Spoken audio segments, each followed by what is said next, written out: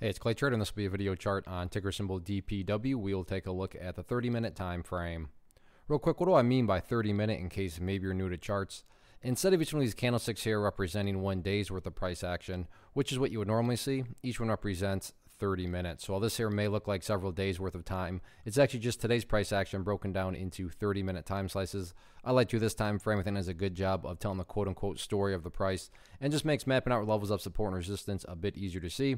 I've been doing this analysis on a very routine basis. In fact, did it yesterday. So that is where these green line annotations are coming from.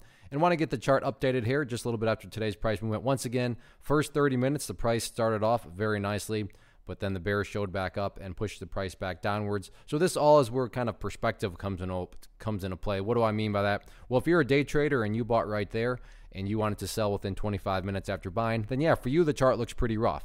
Now, if you care about the big picture of things, then sure, the price did pull back from these highs right here. But from the big picture, the price does still have plenty of opportunity to build a higher base, and that's the name of the game. As long as price movements are building higher lows as time goes on, then that's what you want to see. And that still is completely on the table here.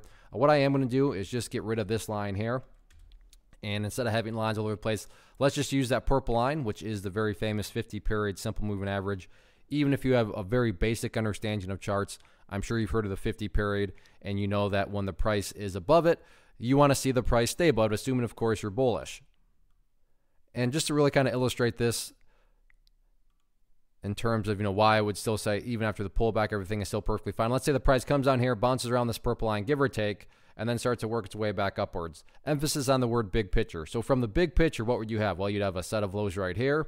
The previous set of lows would be down there. So you look at this as big picture stair steps, and you can see that those stair steps would still very clearly be headed in the upwards direction. So yes, I understand that, like I said, if you're a day trader, you bought there or you bought right there. Yeah, there's been a big pullback, but even with the pullback, the bulls still have that opportunity to build a higher low, and that is definitely top priority going forward, and why I'm not going to talk about any other resistances other than that pink line up there, which is the 200 period simple moving average. So the price is pulled back, yes, but the price also still has that opportunity to build a higher low. So let's see if they can get the job done or not.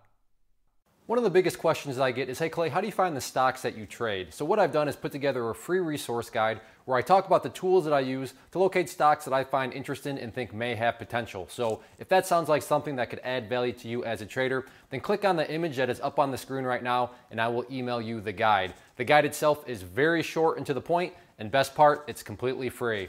Thanks for watching the video. Let me know if you have any questions.